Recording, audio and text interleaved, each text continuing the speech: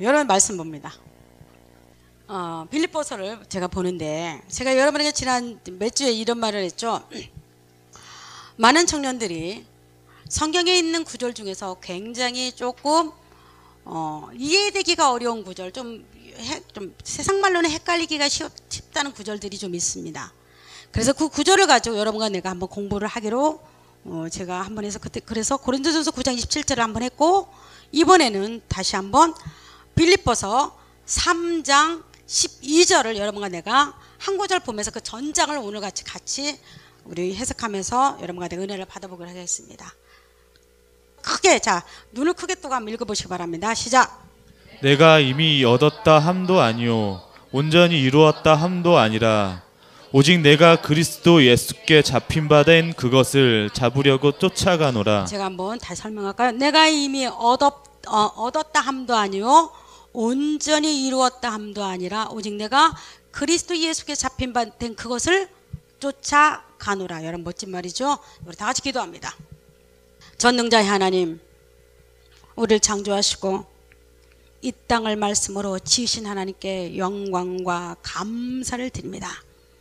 하나님, 바울은 빌립보 교회를 세워놓고 그는 감옥에 있을 동안에 빌립보 교인들은 바울을 많이 도왔고 하나님을 위해서 어려운 가운데서 달려갔던 교인들이 빌립보 교인임을 압니다. 오늘 말씀이 하나님을 향해서 달려가게 하여 주셨고 믿음의 뿌리가 내리게 하여 주셨고 구원의 확신이 임하게 하여 주옵소서. 예수 그리스도 이름으로 기도드립니다. 아멘, 아멘, 아멘. 여러분, 저를 한번 보세요. 지금부터 저를 보세요. 빌립보는 도시의 이름입니다. 빌립보는 도시의 이름인데 이 빌립보 도시에 빌립보라는 교회가 생겼습니다. 여러분, 빌립보 교회가 누가 세웠습니까? 자주장사 루디아가 세웠습니다. 처음에 이 교회가 세울 때는 루디아라는 자주장사 집에 가가지고 바울이 예배를 드리면서 이제 그 교회가 확장되면서 교회가 세워졌습니다. 그런데 이 도시는 어떤 도시의 특징을 갖고 있냐면 빌립보라는 이 도시는 실제로 로마는 그 당시 세계를 지배했습니다. 승승장구하면서 다 모든 땅들을 넓혀갔습니다. 로마에서 퇴역한 장수들이 있습니다. 군인들이 있죠. 황제가 빌립보 도시다가 그곳에 퇴역 군인들을 살려고 로마와 똑같은 조건과 똑같게 만들어준 도시가 빌립보 도시였습니다. 그러니까 이 도시는 로마하고 상당히 떨어져 있습니다. 로마 시내에 있는 것도 아니에요. 상당히 오래 또 떨어져 있는 도심에도 불구하고 이 도시는 무엇보다도 로마를 닮은 로마와 똑같은 도시였고 굉장히 우상 숭배가 심했습니다. 왜 그럴까요? 여러분, 로마가 온갖 우상 숭배가 가장 많이 있던 도시가 로마였습니다. 지금은 천주교 교황이 있는 그 자리가 세상에서 온갖 우상 숭배가 다 있던 도시가 로마였습니다. 그 도시가 작은 도시가 어떤 도시라고요? 빌립보라는 도시였습니다. 이게 빌립보 도시는 생각만 해도요, 여러분, 우상이 넘쳐나던 도시하고 또 하나가 퇴역 군인들은 여러분 무슨 생각을 합니까? 굉장히 권위적이고 로마에 충성스러운 도시였습니다. 근데 그 도시가 상당히 로마에 혜택을 많이 줬다고 합니다. 근데 잘 먹고 풍성하고 잘 사는 도시였다고 합니다. 근데 이 도시에 지금 빌립보라는 교회가 세워졌다는 겁니다. 누구에 의해서? 자주색 옷감을 팔고 있는 누디아라는 여인을 통해서 하나님은 그 교회를 세웠습니다. 그곳에. 자, 이러다 보니까 지금 빌립보 교회를 세워놓고 문제가 일어났습니다.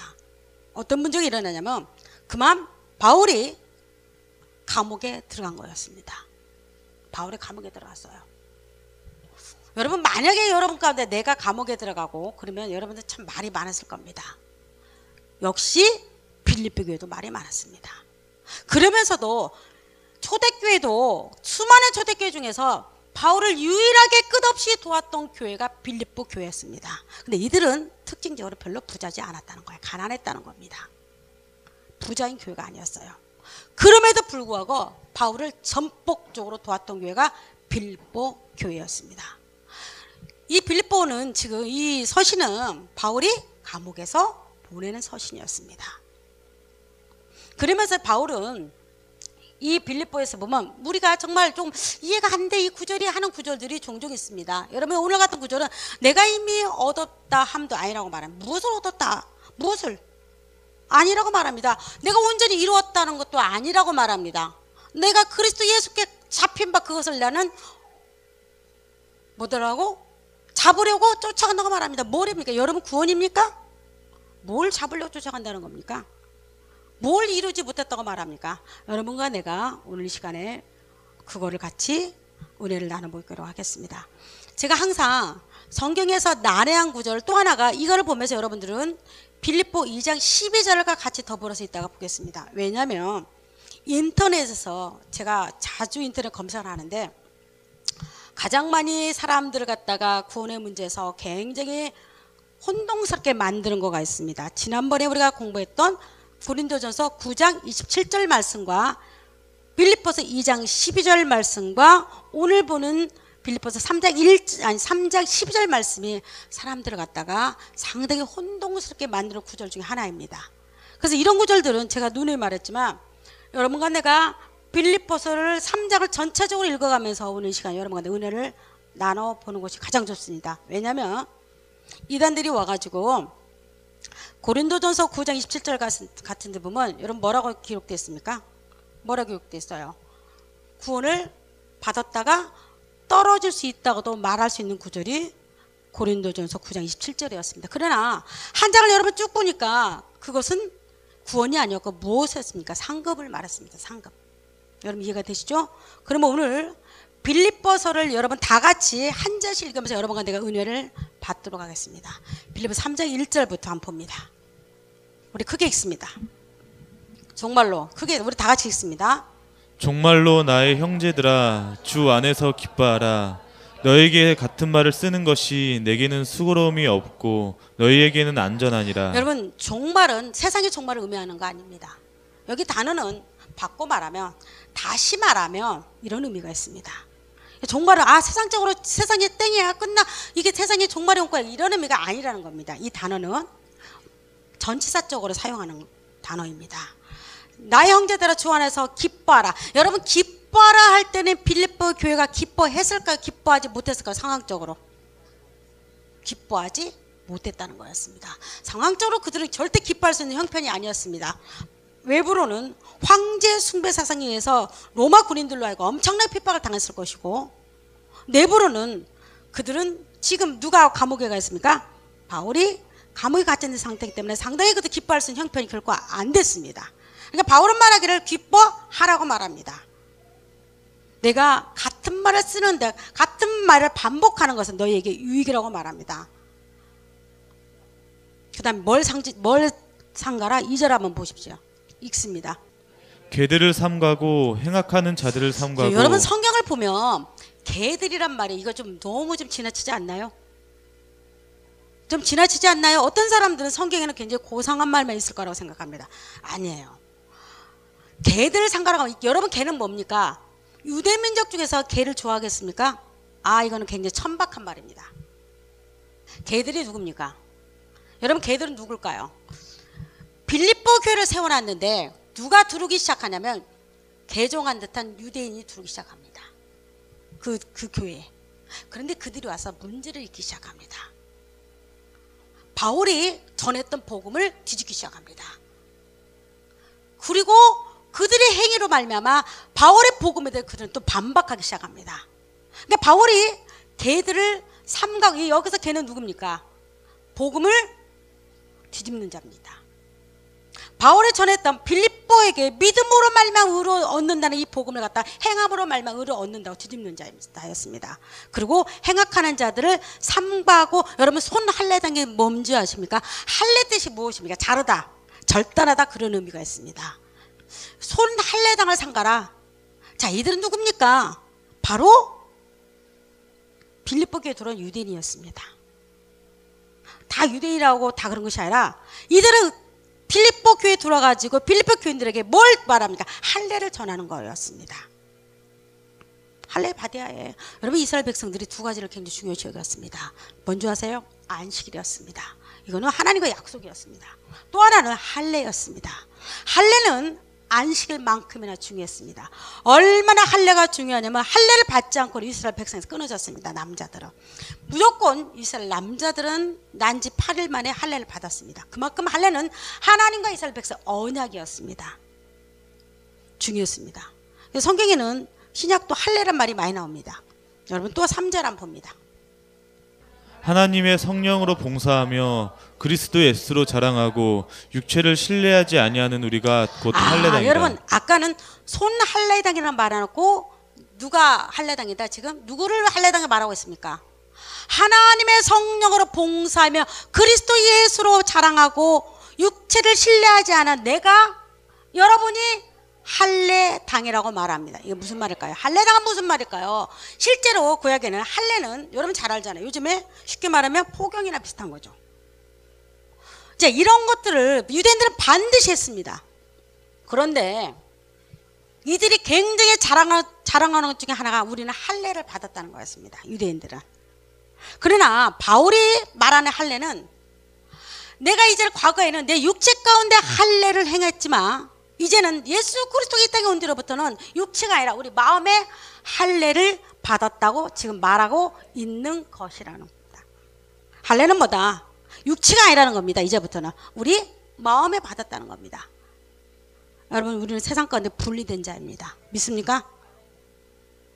하나님으로 연결된 자예요. 3절 이해가 되십니까? 자, 그 다음에 4절로 넘어갑니다. 자, 읽습니다.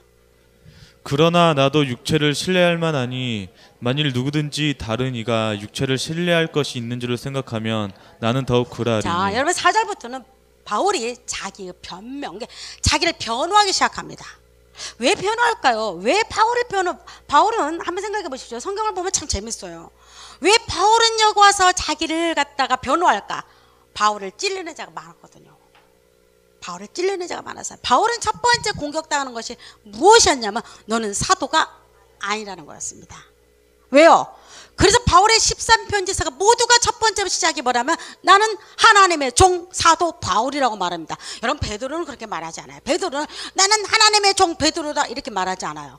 야고보도 그렇게 말하지 않아요. 나는 하나님의 종 야고보 말하지 않습니다. 왜 그럴까요? 그들은 당연히 사도이기 때문에, 당연히 예수님으로 직접 교육을 받은 12명의 제자였기 때문에. 근데 바울은 예수님한테 직접 받지를 못했습니다.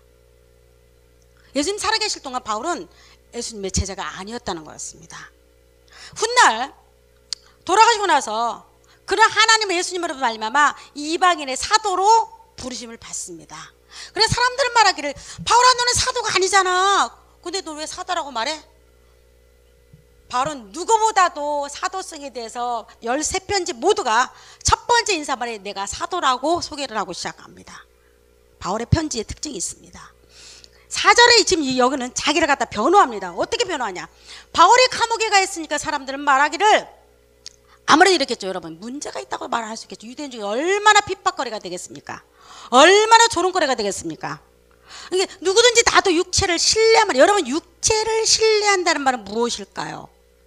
만일 누구든지 다른 이가 육체를 신뢰할 만한 걸 생각하면 나는 더욱 그러하다. 여러분 육체를 신뢰한다 무슨 말일까요? 바울은 자기가 할례 받았다는 이야기를 조만간 합니다. 여러분 이스라엘 백성들은, 남자들은 난지 8일 되면 할례를 받습니다. 그리고 이스마엘 족속이 있어요. 여러분 누구 아들이죠? 아브라함의 아들 중에서 이삭과 이스마엘이 있죠. 근데 이스마엘 족속이 있습니다. 이스마엘 족속은 난지 13일 만에 할례를 받아요. 13일. 근데 유대민족은 하나님의 약속이었습니다. 난지 8일 되면 반드시 뭐 해라? 이건 반드시입니다. 아니면 끊어집니다. 반드시 할례를 하라고 합니다. 바울은 나는 난지 8일 만에 할례를 받았다고 말할 겁니다. 이따가 다음에. 그러면 그게 무슨 말? 나는 정통 유대인이다. 이 말을 좀 하고 싶은 겁니다. 나는 육체를 신뢰할 만한 거, 누구든지 다른 이가 육체를 신뢰하는 거가 있으면 나도 그러하도다. 나도 너희보다 더 정통 유대인이라고 지금 자기를 갖다 변호하고 있습니다. 자, 5절 한번 봅니다. 내가 8일 만에 할례를 받고 이스라엘의 족속이요. 내가 난지 8일 만에 할례를 받는다. 이 말은 무슨 말이냐면 이스라엘 백성 중에서는요, 이방인들이 이스라엘 백성으로 영입이 될 때는, 들어오고 싶을 때는 반드시 해야 할 행사가 있습니다. 그 할례였습니다. 어떤 사람은 할례를 20살에 받는 사람이 있을 것이고, 어떤 사람은 40살에 받았을 거고, 어떤 사람은 8일이 아니라 뭐 이스라엘 정통 남자가 아니면 8일 만에 받을 수는 없습니다. 그 당시에 할례가 세계적 유행이 아니었습니다. 근데 바울은 나는 난지 8일 만에 받았다고 이야기한 이유가 나는 정통보다 하나님의 자녀고 약속의 자녀고 야곱의 자손이라는 겁니다. 왜요? 그는 외부로부터 오는 엄청난 핍박이 있었습니다. 바울도. 난지 8일 만에 내가 할례를 받고 이스라엘 족속이 누구다? 나는 베냐민의 지파라고 말합니다. 여러분 베냐민 지파가 누굽니까? 사울을 이스라엘 첫 번째 왕 사울의 족속입니다. 베냐민은 이 족속은 별로 큰 족속이 아니었습니다. 그러나 다윗이 유다 지파 다윗을 도와서 이스라엘 왕국을 세우는데 도왔던 족속 중에 하나가 베냐민 지파였습니다. 바울은 자기의 족속, 자기의 지파를 굉장히 자랑스럽게 여겼습니다. 또한 뭐다? 히브리인 중에 히브리인이라고 말합니다. 그리고 나는 율법으로는 바리새인이라고 말합니다. 누구를 지금 이야기하고 있습니까? 계속 바울을 이야기하고 자기 자신을 이야기하고 있습니다. 또 하나는 열심으로는 교회를 핍박하고 율법의 의로는 흠이 없는 자라고 말합니다. 여러분 이쯤 되면 바울은 대단한 사람입니다. 바울은 실제로 그는 가말리엘이라는 문학에서 정말로 지금 말해서 서울대학원 이상으로 좋은 데서 공부를 했던 우수 중에 또 우수. 제가 그랬죠. 바울은 요즘 엄친 아들이라고. 로마 시민권을 가진 자였지요. 상당히 부유했던 집안의 아들이었을 겁니다. 그리고 그는 애국어도 능통했습니다. 그는 공부도 잘했습니다. 그는 우리나라로 말할 것 같으면 아주 좋은 명문 대학교를 우수하게 졸업한 바울이었습니다. 여러분 왜 하나님은 바울을 이방인의 사도로 세웠을까? 왜 12명의 제자들은 이방인의 사도로 세웠습니까? 세우지 않았습니까? 12명의 제자들은요, 미안하지만 이스라엘을 전도시키고 그들을 복음화시키는데 하나님 세웠습니다. 유독하게 바울만 이방인의 사도를 세웠습니다. 왜 그럴까요? 왜 그랬을까? 바울은 준비된 자였습니다. 바울이 이게 무슨 말이냐? 바울이 하나님에서 굉장히 그 핍박을 했죠. 예수 믿는 자를 죽였습니다. 스데반을 돌로 쳐 죽인 사람이 바울이었습니다. 그러면서 바울은 말하기를 잘 죽었다고 말했습니다. 그리고 당연하다시피 또 다른 사람을 잡으러 가는 중에 다메섹에서 하나님을 만납니다. 예수 그리스도를 만납니다. 여러분 바울이 마음을 하나님께서 바꿔놓으니까 그가 가졌던 모든 지식을 누구를 위했습니까? 예수 그리스도를 증거하는 데 씁니다. 그가 가졌던 언어들이 누구를 향해서 돌아섭니까? 예수 그리스도를 증거하는 데 사용됩니다. 그가 가졌던 세상의 모든 지식은, 그래서 바울은 너무 멋진 사람이었습니다. 뭐라고 말하면 나는 이방인을 만나면 이방인에 맞게끔 전도를 한다고 말합니다. 복음을 증거한다고 말합니다. 헬라는 여러분 철학으로 유명한 도시였습니다. 헬라 그러면 헬라 철학 유명하죠. 바울은 말하기를 헬라인을 만나면 나는 헬라인답게끔 그걸 전도한다고 말했습니다. 그리고 나는 내 동족 유대인을 만나면 나는 유대인을, 나는 율법을 통해서 그들을 전도한다고 말했습니다. 여러분 바울은요 하나님으로부터 말미암아 철저히 하나님 준비된 자, 그래서 그를 어디다 썼다? 이방인의 사도로 하나님 세웠습니다. 여러분 나는 우리 청년들 중에서 하나님 나는 하나님의 선교할 거예요. 그러면 난 학교 그만두고 지금부터 나는 막 주의 일을 합니까? 절대적으로 그렇게 하면 안 돼요. 청년 때는 준비하는 기간이에요. 여러분 믿습니까? 만약에 누군가가 어느 교회 가가지고 너 청년이니까 하나님에 의해서 가격 만들어, 이건 문제가 있습니다. 저 나이면 괜찮아요. 저 나이는. 만약에 어느 교회를 갔는데 너 하나님에 의해서 믿어야하니까 너 열심히 해라니까 학교 그만두고 때려치우고 여기 두라. 2단 중에 3단 넘어서 4단 정도 된다고 생각하면 됩니다. 아무리 그 교회가 정통적인 교회라 할지라도 만약에 우리 청년들이 그렇게 말하는 그 교회는 문제가 있는 교회입니다. 여러분들은 해야 할 일이 있습니다. 바울처럼 준비를 하는 겁니다. 언어 제가 그러죠. 영어와 중국어를 능통해라. 왜요? 여러분 나 같은 사람이 미국 가서 백인을 상대로 전도할 것 같아요? 못해요. 뭐가 없으니까. 언어가 안 되니까. 중국 가서 저 같은 사람 전도하려고도 힘듭니다. 보통 한인 상대를 합니다. 그 뭐죠? 중국인 대상으로는 힘듭니다. 왜 그럴까요? 언어가 안 되니까. 여러분들은 하나님으로부터 꿈을 가졌죠. 저는 청년들이 꿈을 가졌는데 허공을 치는 청년들을 보면 하나님 앞에 나는 이렇게 봉사하고 이렇게 선교하고 이렇게 할 겁니다. 그럼 내가 묻죠. 그러면 지금 언어 공부하고 있니? 아니래요. 어떻게 선교하려고? 그냥 가면 된대요. 여러분 선교는 그냥 가는 것이 아니에요. 준비하고 가는 것입니다. 바울처럼. 하나님이 준비됐기 때문에 그를 사용한 줄 믿습니다. 그러면 여러분 기도 중에서 누군가 이렇게 기도할 겁니다. 하나님 나는 바울처럼 사용되기를 원합니다. 이왕 예수 믿고 바울처럼 사용되기를 원합니다. 저도 마찬가지입니다. 미투 영어의 미투 알죠? 그런데 문제가 생겼습니다. 저는 바울처럼 사용하기에는 이미 제가 가진 지식과 제가 가진 언어가 짧습니다. 근데 여러분은 준비를 해야 합니다. 공부해야 합니다. 그래서 여러분들이 원하는 곳에 가서 하나님을 멋지게 증거해야 합니다. 여러분 그런 여러분 되기를 원합니다. 바울을 그래서 하나님은 이방인의 사도로 세웠습니다. 자 7절을 넘어갑니다. 우리 읽습니다. 그러나 무엇이든지 내게 유익하던 것을 내가 그리스도를 위하여 다 해로 여길 뿐더러. 여러분 바울은 자기가 유익했던 것이 무엇이었습니까?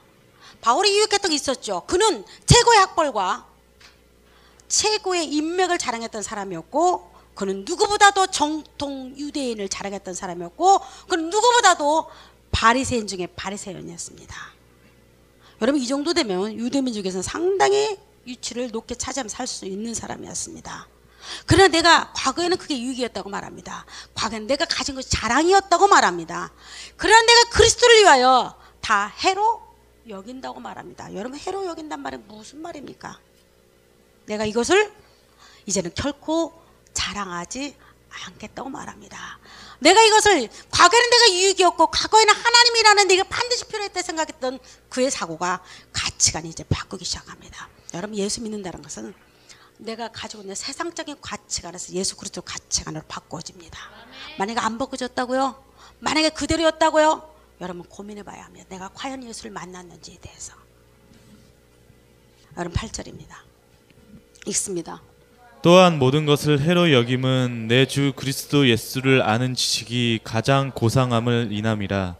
내가 그를 위하여 모든 것을 잃어버리고 대사물로 여김은 그리스도를 얻고. 여러분 또한 모든 것을, 여러분 이거는 모든 것입니다. 바울이 가졌던 모든 거였습니다. 모든 것을 해로 여김은, 내가 그거를 여러분 바울에게 해였을까요? 사람들 보기에는 자랑이었습니다. 그러나 바울은 내가 과거에 가졌던 모든 것들이 오히려 예수 그리스도를 핍박하는 무기가 됐습니다.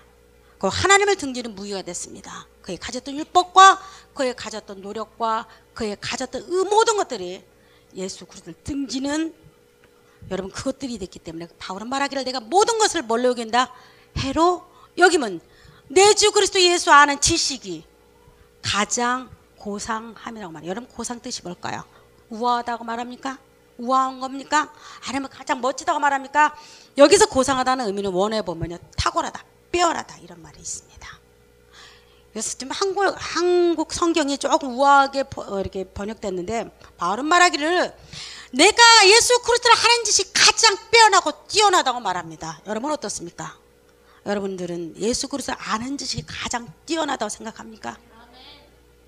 여러분 요즘에 제가 많이 생각을 해봤습니다. 세상에서 가장 힘든 것이 뭘까? 여러분 내가 돈 버는 걸까요? 아니면 내가 가정생활하는 걸까? 인간에게 가장 힘든 것이 무엇일까 생각해 봤습니다. 어떻게 보면 하나님을 믿는다는 것 같이 힘든 것이 없었습니다. 왜 그럴까요?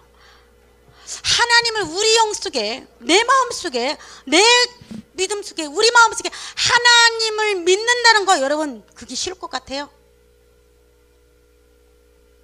지식 있다고 그것이 내가 믿어질까요? 내가 수많은 책을 읽어가지고 상당한 내가 내 안에서 세상을 아는 지식이 있다고 믿어질까? 아니면 내가 세상 사람들로 하여금 인정받았다고 믿어질까? 하나님 아는 그 힘이 아니에요. 왜냐하면 하나님을 믿어진다는 이 말은 예수 하나님의 살아계신과 그 아들 예수 그리스도가 이 땅에 오신 거, 그리고 나를 위해서 죽었고 그 피로 말미암아 내가 거듭났고 오늘 내가 살아가는 것은 하나님의 은혜라고 믿어지는 순간은요, 이건 하나님의 특별한 은혜가 아니면 안 됩니다. 왜냐하면 하나님이란 존재는 여러분 눈에 보이지 않습니다. 보여요? 안 보여요. 그래서 새 사람들이요, 하나님 대신에 만들어내는 거가 있습니다. 뭘까요? 나무와 돌을 깎아서 섬기기를 시작합니다. 하나님 보이지 않으니까.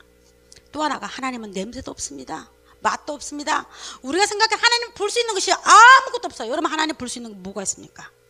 보입니까? 하나님을 볼 수 있는 법 다 하나 있습니다. 성경에서밖에 볼 수가 없어요. 여러분 하나님 볼 수 있는 세상 만물, 어떤 사람이 이렇게 말해요. 세상 만물을 보면 하나님이 보인대요. 성경 안에서 만물을 볼 때 보이는 겁니다. 만약에 만물을 두고 하나님 보인다면 이거는요, 여러분 이거는 만민 자연 숭배 사상에 해당됩니다. 우리는 성경을 통해서 하나님의 자연이 보이기 때문에 그곳에 하나님의 창조물들을 우리는 찬양하는 것이지, 만물을 본다고 해서 하나님 보이는 것이 아니라는 겁니다. 하나님 안에서 만물이 보이게 돼 있어요. 이 하나님을 믿는다는 것은 정말로 힘들다고 내가 여러분 느껴요. 왜요? 저도 어릴 때 예수를 믿어왔지만 내가 진짜로 믿은 적은 28이었거든요. 바울은 굉장히 강한 담집적인 사람이었습니다. 제가 여러분 기질 공부할 담집 기질 알죠? 우리 기질 공부해서 아주 강했습니다.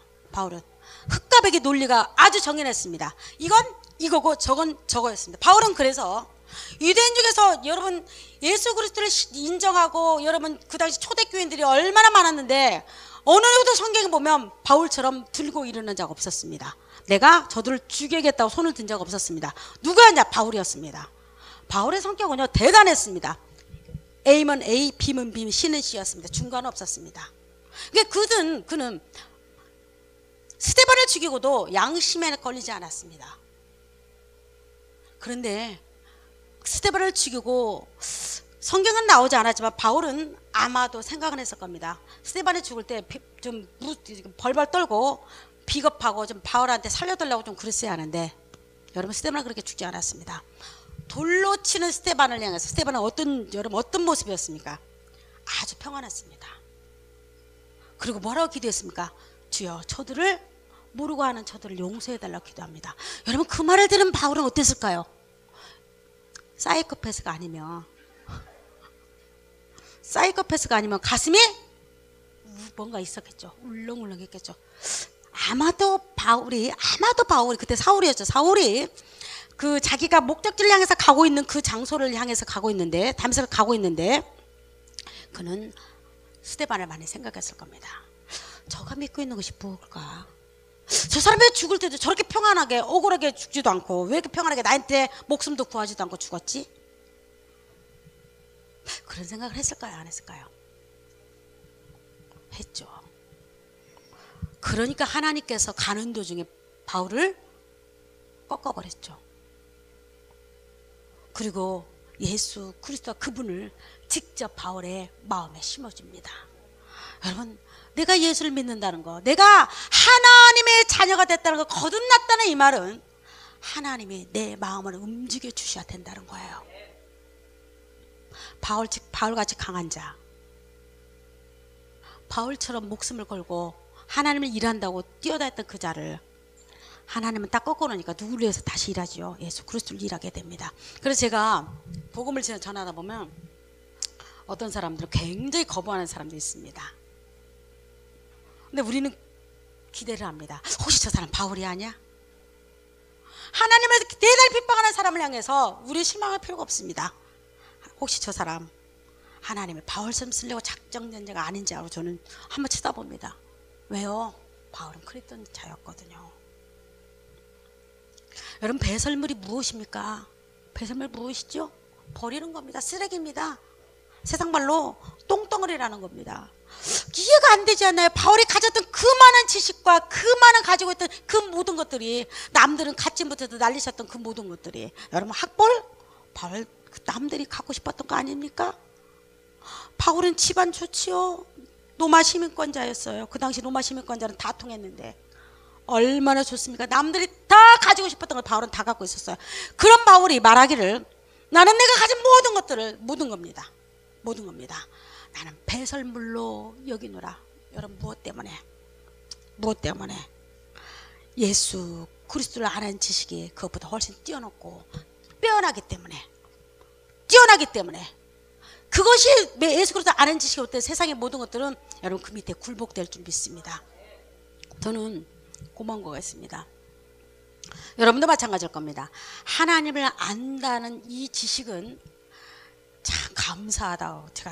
왜냐면 제가 우리 청년들을 상대할 때도, 학교를 가서 우리 청년들하고 이렇게 대화를 하고 때론 그들에게 이야기할 때도, 세상 지식이 아무리 철학적이고 이 사람이 굉장히 정말 많은 지식이 있다 할지라도, 여러분 놀라운 것은 하나님은 아는 지식이 없으면 대화가 뱅뱅뱅 그 자리에 돌아가요. 인생이 왜 사는지를 몰라요. 내가 목적을 잃어버려요. 그리고 내가 어디로 가는지를 몰라요. 이상하죠?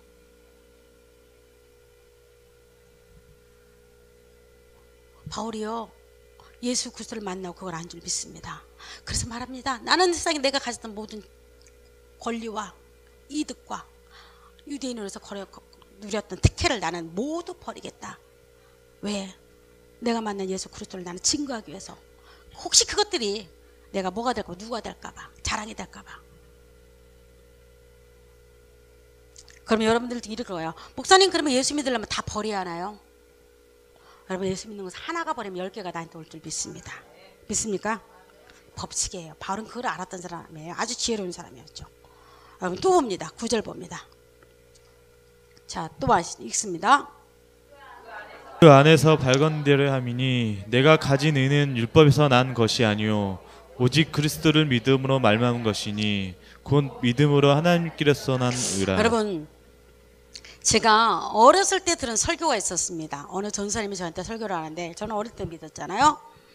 이렇게 설교했습니다. 여러분들 주일날 한 번씩 빠질 때마다 하늘나라 올라가는 사다리가 하나씩 빠진대요. 들어보셨나요? 걱정을 많이 했어요. 근데 저는 별로 그 주일날 교회를 빠진 적이 없습니다. 학교는 결석을 망죠. 그런데 저는 그 소리를 듣는 순간에 굉장히 걱정됐습니다. 그러면 내가 사다리 하나씩 빠지면 만약에 한 1년 동안 안 나온 사람, 이 사람 영원히 못 가는 겁니다. 못 가는 거죠. 난 그렇게 믿었습니다. 내가 뭔가를 하지 않으면 나는 천국을 갈 수 없다는 무의식 세계 속에서 저는 살았습니다. 여러분, 기도하는 거, 봉사하는 거, 전도하는 거, 여러분 예배까지 나와서 드리는 여러분의 모습 속에 이런 거가 있을 겁니다. 그래도 내가 뭔가 잘해야지, 하나님이 나를 사랑하고, 그래도 내가 뭔가 하지 않으면 하나님이 그래도 나를 좀 천국 데려가지 않을까. 내가 뭔가 하지 않으면, 여러분 머릿속에 그렇게 많이 있을 겁니다. 내가 무언가를 하지 않으면 안 된다는 거. 바울이 그랬어요. 바울이 내가 무언가를 하지 않으면 안 된다는 것을, 바울은 누구보다도 그 열심히 있는 자였습니다. 그래서 여러분, 하나님에서 일하겠다는 건 뭡니까? 잡으러 갔잖아요. 근데 바울은 그 고백이 달라지기 시작하면, 내가 그 안에서 발견대로 하면, 내가 가진 의는, 여러분 의가 무엇입니까? 의가 무엇입니까? 착한 일입니까? 거룩한 일입니까? 이 의는 오르르자죠. 내가 하나님 앞에서 옳게 행동하는 겁니까? 여러분 그가 의입니까? 아니요. 성경에서 의는요 절대 그런 의가 아닙니다. 내가 가진 의는 율법에서 내가 행함이나 노력이나 수고가 아니라는 거예요. 내가 도덕적으로 내가 613개의 율법을 잘 지켜서 오는 의가 아니라는 거예요. 이 의는 오직 그리스도를 믿음으로 말미암는 것이니 믿음으로 하나님께 난 자. 여러분, 이 의는 우리가 만들어진 의가 아니라는 거예요. 내가 쉽게 말하면 많은 기독교인들이, 많은 예수 믿는 사람들이 내가 의를 만들려고 해요. 그래서 여러분, 착하다고 착해야 한다고 말합니다. 때로는 선한 일을 해야 한다고 말합니다. 때로는 내가 가서 교회 가서 봉사도 해야 한다고 말합니다. 여러분, 이건 다 좋습니다. 그러나 그건 상급이라는 사실을 여러분 잊어서는 안 돼요. 우리는 상급과 믿음은 완전히 분리되어야 할 줄 믿습니다. 내가 가진 모든 행위는 하나님의 상급이에요. 우리 모든 행위로 천국 가는 거 아닙니다. 바울은 그걸 깨달았어요. 율법에서 난 것이 아니라 오직 그리스도 믿음으로 말미암는 것이, 믿음으로 나는 하나님께 받은 의예요. 여러분, 우리 의는 내가 만들어진 의가 아니에요. 내가 만들어져서 내가 옷을 입고 하나님 나라 가는 거 아니에요. 하나님이 나 같은 죄인, 바울 같은, 여러분, 바울이 얼마나 죄인이었습니까? 살인자였다니까요. 스데반을 죽였잖아요. 그는 얼마나 강팍했나요? 그런 바울에게 하나님은 하나님의 의의 옷을 입혀준 줄 믿습니다. 바울은 그래서 말하기를, 내가 가진 의는 내가 만드는 거 아니야. 내가 잘해서, 내가 하나님께 봉사 많이 해서, 내가 기도 많이 해서, 내가 교회 잘 나와서, 아니면 내가 하나님을 일을 많이 해서 하나님이 나에게 준 의가 아니고, 나 같은 죄인, 나는 죽을 수밖에 없는 나 같은 죄인이 담의 석사가 또 다른 사람을 해하러 가는 나 같은 죄인을 하나님이 의롭다고 인정해 준 줄 믿습니다. 여러분, 이 말을 다른 말로 이신칭의라고 합니다. 나 같은 죄인을 하나님의 의의 옷을 입혀주셨어요. 그래서 우리가 가진 의는 만들어진 의가 아니라 하나님 거저 주신 의입니다. 하나님이 주신 의예요. 믿습니까? 하나님이 나한테 주신 의예요. 여러분 중에서 누군가가 내가 만들어 천국 같아서, 여러분 천국 못 갑니다. 내가 미리 말할게요. 여러분 절대 천국 못 갑니다. 세상의 모든 종교들은요, 만들어진 의로 천국 갑니다. 불교도 마찬가지입니다. 내가 만들어야 합니다, 의를. 그래서 선과 고행과 수행을 해야 합니다. 근데 기독교는 우리에게 수행하라고 말하지 않습니다. 너 고행하라고 말하지 않습니다. 너 천국 가기 위해서 산속에 들어가가지고 초막치고 살아라고 말하지 않는다는 거예요. 몰라, 네가 죄인 중에 괴수인 네가 받아야 할 단 한 가지가 있다는 겁니다. 예수 그리스도의 의를 의지하고 받아들이라는 겁니다. 제가 여러분께 누누이 잘 설명하는 거가 있습니다. 여러분, 니고데모 사건을 저는 항상 기억합니다. 니고데모가 요한복음 3장에 보면 예수님께 옵니다. 그는 바리새인 중 상당히 높은 사람이었습니다. 여러분, 그 당시 예수님을 인정하거나 예수님 만날 때는요, 이는 이단으로 축출됐습니다. 누구나 쫓겨났습니다. 여러분, 니고데모가 전략을 세웁니다. 야밤에, 밤중에, 그는 지금 같아서는 은밀하게 변장을 하고 아무도 니고데모를 알아볼 수 없게끔 해서 예수님을 은밀히 찾아옵니다. 여러분, 그게 요한복음 3장의 말씀입니다. 그래서 그는 묻습니다. 내가 보니까 당신을 보니까 당신은 하늘로부터 온 것 같은데, 궁금했습니다. 예수님이 어떤 분인지를. 그러자 예수님이 그에게 무슨 말을 합니까? 네가 거듭나야 하늘나라를 볼 수 있다고 말합니다. 여러분, 거듭나야 하나님을 볼 수 있다고 말합니다. 한국교회가 잃어버린 단어 중에 거듭나는 단어입니다. 이단이 와서 한번 흔들어 버렸습니다. 그만 이단들이 와서 거듭나는 문제를 가지고 그만 흔들어 버렸습니다. 한국교회가 더 이상 그 말을 못합니다. 니고데모의 그 말을 하니까 니고데모가 여러분 이해를 못합니다. 그러니까 퉁명스럽게 무슨 말을 하냐면, 내가 그러면 어머니 뱃속에 다시 들어가야 하나요? 니고데모는 예수님이 말한 거듭난다는 이 말을 이해를 못했습니다. 그리고 예수님이 이런 말을 합니다. 모세가 광야에서 뱀을 든 것처럼 인자가 들려야 하리니. 여러분, 이 말 이해가 됐을까요? 모세가 광야에서 뱀을 든 것처럼 인자도 들려야 하리니. 여러분, 니고데모는 까우뚱하고 갑니다. 이해를 못합니다. 이게 무슨 말이지? 여러분, 니고데모는 성경의 박사였습니다. 그 말이 무슨 말인지 너무 잘 알았습니다. 왜냐하면 민수기 보면 이스라엘 백성들이 광야길을 갈 때 불평을 합니다. 길 때문에 불평을 합니다. 그러니까 불평을 하자마자 하나님 불뱀을 풀어버립니다. 제가 이야기했죠. 여러분, 구름과 불기둥이 있는 그곳에는 더 이상 정갈과 뱀이 오지 못했습니다. 하나님 보호하심에. 근데 하나님이 구름을 걷고 불을 거두니까 어디서부터 불뱀들이 엄청나게 와서 이스라엘 백성들 불평하는 모든 사람 물어버립니다. 여러분, 불뱀은 독이 얼마나 강한 줄 아세요? 그러니 갑자기 죽어납니다. 사람 띵띵 부어갑니다. 그리고 사경을 헤맵니다.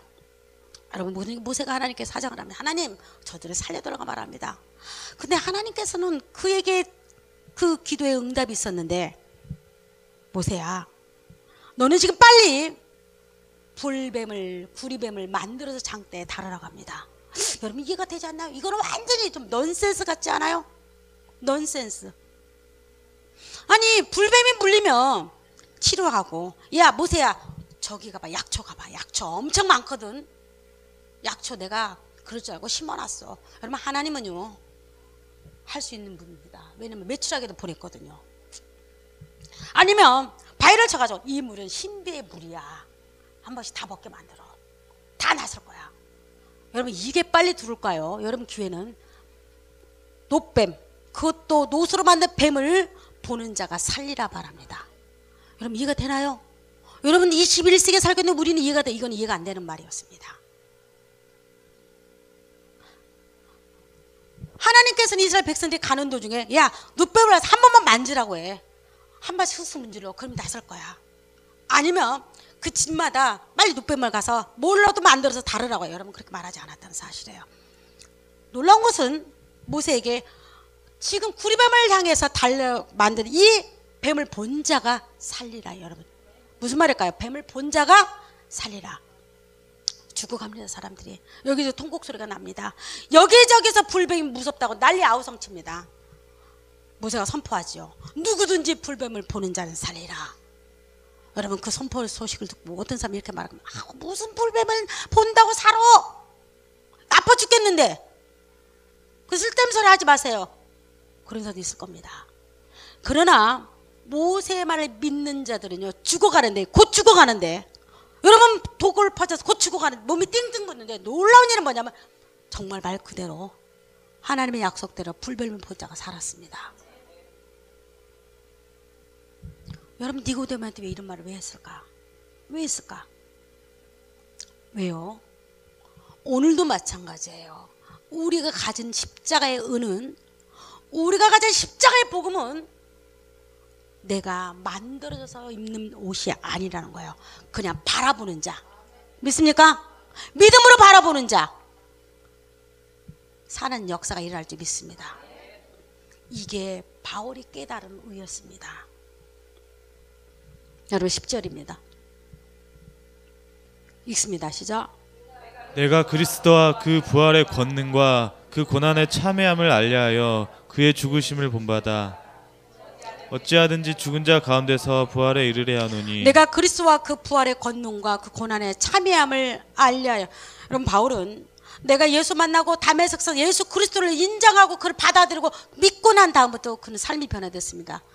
그의 목적이 생겼습니다. 내가 하나님을 위해서 방향과 목적성이 일어났습니다. 그리고 고난의 참회함을 알려하면 그의 죽으심을 본받아 어찌되든지 죽은 자 가운데서 부활에 이르라 하노니. 여러분, 죽은 자가 누굽니까? 죽은 자가 누구예요? 우리 모든 부활에 참여할 줄 믿습니다. 성경은 재밌습니다. 우리 살아있는 우리를 죽은 자라고도 말합니다. 왜요? 우리는 반드시 이 땅을 죽을 자입니다. 그리고 또 하나가 있습니다. 그런 죽을 자, 또 한 번 죽을 자가 있습니다. 영원한 심판의 불에서 죽을 자가 있다는 겁니다. 여러분, 우리 죽은 자들은 이 땅에 비록 육신은 죽지만 우린 부활에 참여할 줄 믿습니다. 이게 바울의 소망이었습니다. 다시 또 그 다음에 넘어갑니다. 자, 읽습니다.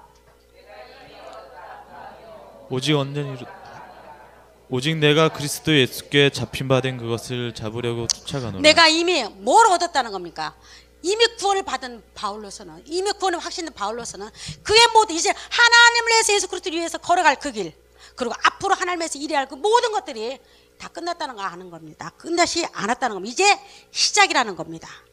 뭔지? 예수를 만난 그날, 예수를 영접한 그날, 예수가 내 안에 들어오는 그날, 나는 여러분도 마찬가지입니다. 여러분 예수를 만난 그날부터 우리는 복음을 위해서 달려가야 합니다. 바울은 그랬다는 겁니다. 내가 이미 얻었다 함도 아니고, 뭘 얻었다 하면 내가 다 이뤘다는 것도 아니라는 겁니다. 이게 여러분 구원입니까? 구원이 아니에요. 그는 자기가 일할 거예요. 앞으로 지금까지 일해왔던 거, 앞으로도 일할 것들.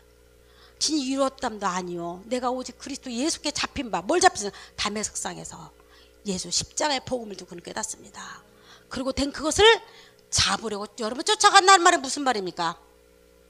이거는 운동선수에게 하는 말입니다.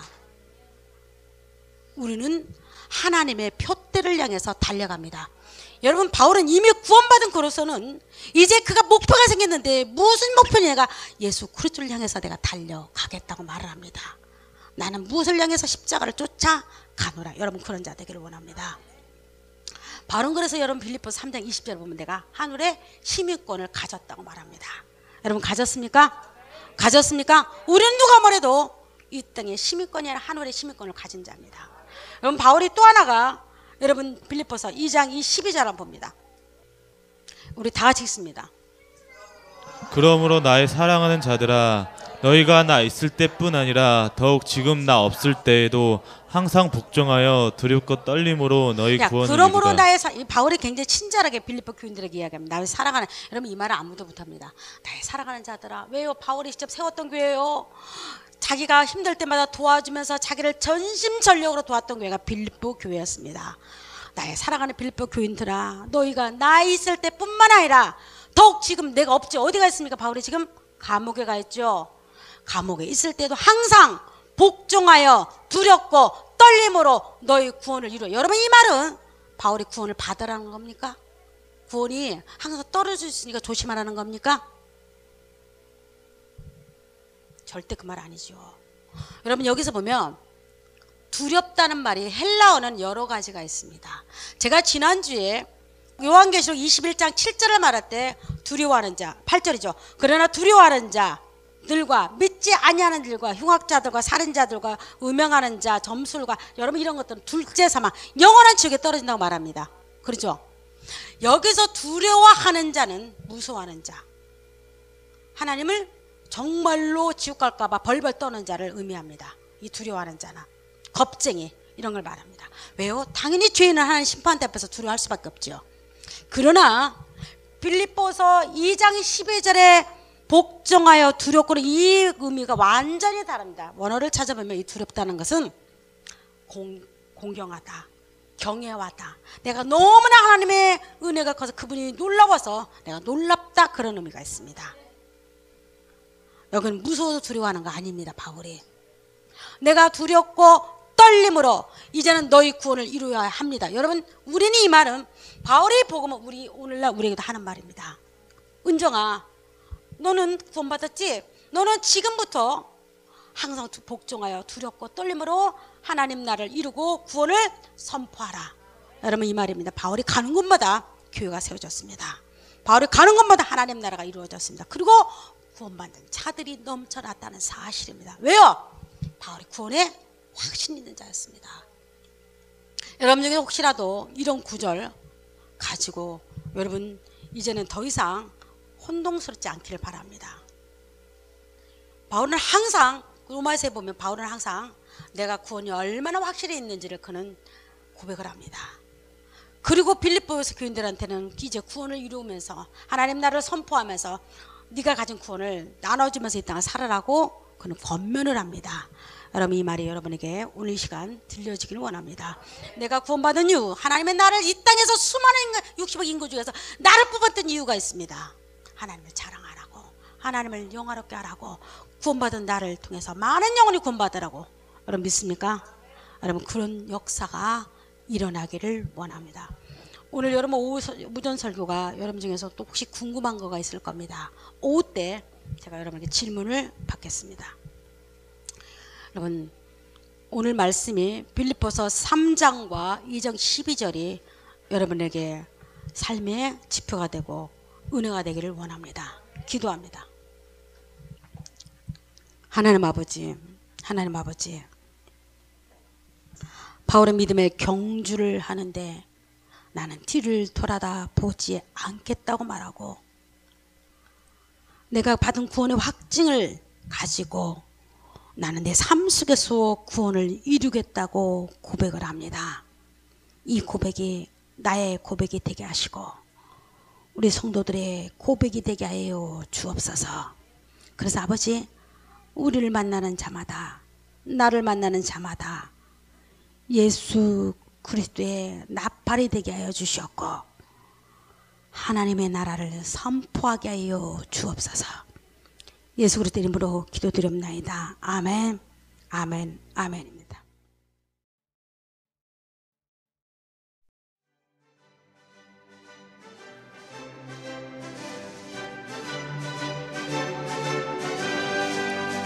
하나님의 나팔 소리 전기 진동할 때에 예수 영광 중에 거룩하시고 전사들을 세계 만국 모든 곳에 보내어 구원 얻은 성도들을 모으리.